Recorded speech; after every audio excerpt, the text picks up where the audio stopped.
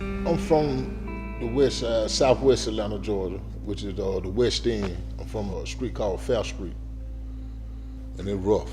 It's always been rough since I was a little kid. You had to fight for what's yours. You had to learn how to get what you needed to get, whether it come from taking it or finagling it out of somebody, hustling. It's a fight every 20 minutes in the street between the prostitutes or the drug dealers or the drug users. There's always something going on. Somebody shot, somebody robbed, everybody on something. Is this like a feeling of hopelessness? To have hope, you gotta know something different. You gotta know it's something better. People don't know it's nothing better.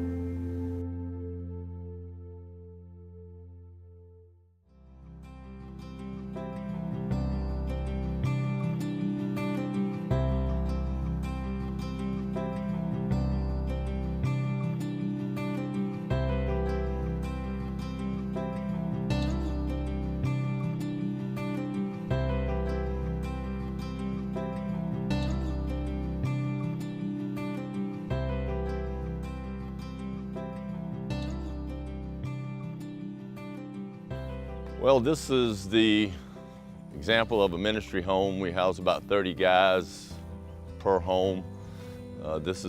We got 3 of these. Actually, we're building our 4th one right now, which will have some of the offices in it. This is the multi-use facility. We call it the Student Center. We have a church and chapel there. We have a commercial kitchen. And then in the basement, we have a full-size weight room where the guys work out. We have all kinds of extracurricular activities.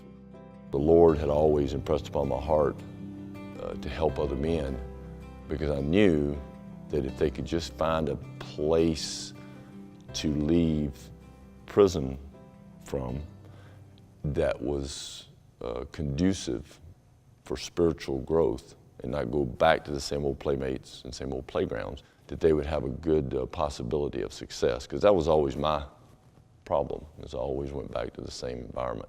And so it always brought back the same failure. I'm from Atlanta, so rehabs is in drug-infested areas. So you don't even get a chance to recover. You know what I'm saying? You in the building where they getting high and where they selling the dope outside. So I come all the way down here, I'm in the country. I'm surrounded by trees, I'm surrounded by people that love me. They feed you good, they take you away from everything that you know. It's easy to grab something new when you ain't around everything that you already know about. I grew up in a church, but as I was growing up, I kind of fell short from the glory of God. So a better way, it kind of put God back in my life. It kind of gave me the help that I needed. This is my first time ever just being around like a positive atmosphere. Everybody's trying to change their life. This is one of the homes that the guys live in when they first get here. This is the induction home. Once they are transferred from here, they go over to what we call the transition home, which is actually apartments. And so when they go there, they're basically going back to society, and that gives them that bridge, which is so desperately needed for them to not just be thrown back out there, but they're able to get a job. Some of them work here, and some of them get a secular job, and they begin to transition back slowly over a 90-day period. On my 18th birthday is when I was introduced into drugs and alcohol, so I had kind of an 18-year downward spiral with my drug addiction and alcohol addiction, and from leaving college to having a lot of jobs and losing those jobs. I should be dead, but I'm still here today. Thanks to the ministry, I was able to look at my life where I was headed and make a 180 and turn all the way around. Once I found God and I came to a program, I was able to see who God had made me to be. And from there, I honed in on my craft as being a chef. I now am married to a wonderful wife. Where I work is a fantastic place. I work for Hanna Brothers Movie Catering. I am the chef for a particular company called Quick Takes, and what we do is make healthy snack options for Chick-fil-A corporate. So I manage and I create new items. I am constantly finding new sources of healthy products to make as a new dish. Training and teaching. I have a lot of young staff that works for me. It's a lot, but I love it. I wouldn't trade it for the world. What impacted me the most out of the program would be the camaraderie kind of with everybody. You know, we're going through the same thing together. There's a lot of different personalities, you know, working together, devotion together. I've realized my life had to change when I ended up in jail. I mean, I wanted to change, but kind of the older that I got, it's kind of harder to change. I almost had to be forced to change. Like going to jail and to kind of get my thoughts together and actually coming to a better way and going through the program, the discipline and all that, to where I could get my mind clear enough to know, hey, I need to change. And as I started to change and doing the right things just progressed for me. Now I've got a job.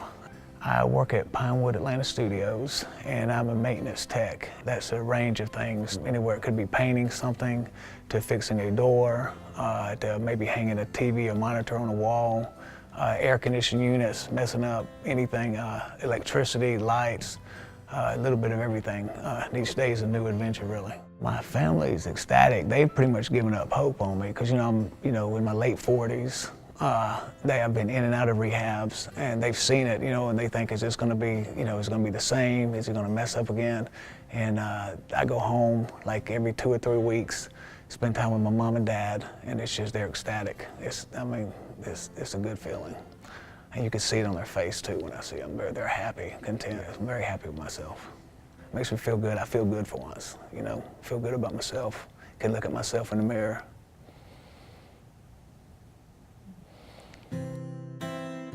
It's a multifaceted impact that they've had. They restore individuals to a productive member of society where they might have been a drag on society previously. So there's a big individual impact for each person that they're able to minister to.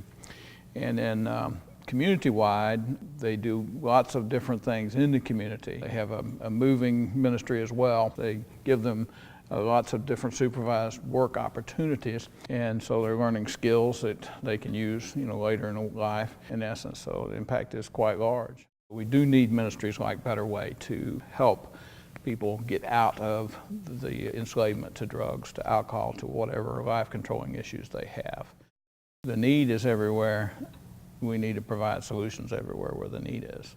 The West Side, I grew up, a lot of my friends in Fulton County Juvenile were from the West Side, Vine City, Perry Homes, East Lake Meadows, 4th Ward. That was just the guys I ran with and the guys that were my buddies inside Fulton County Juvenile.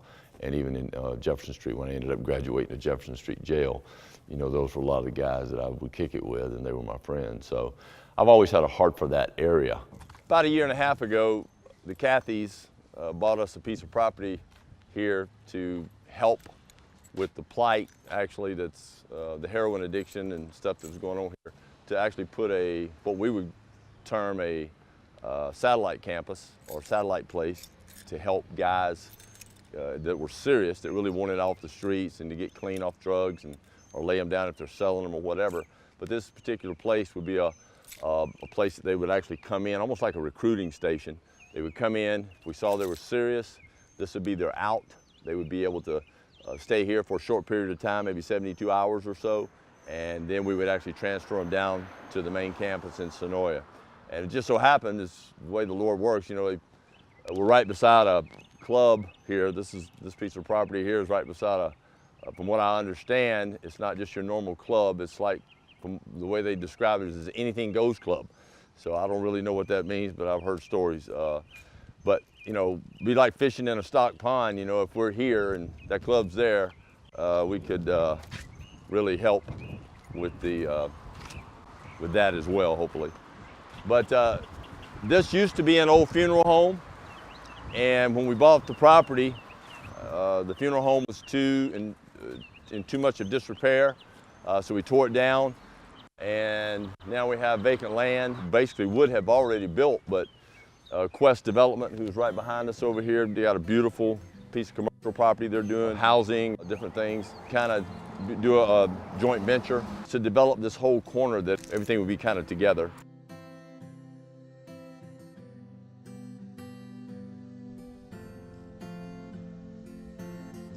It changed my whole outlook on everything, how I look at life, period. I could have cared less before this program. Now I care about it all. I'm a loner, you know. They call me bear on the street. That's how I live, like a bear, by myself, on my own.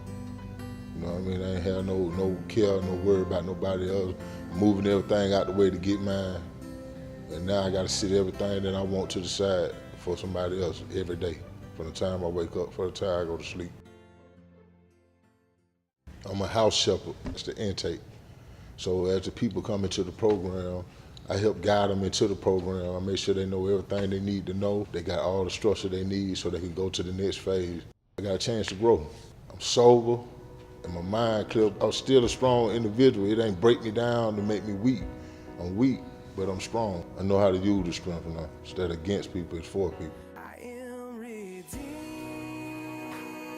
Love the changes that he have made inside and out. So I'll shake off these heavy chains and wipe away every stain. That I'm not who I used to be. I am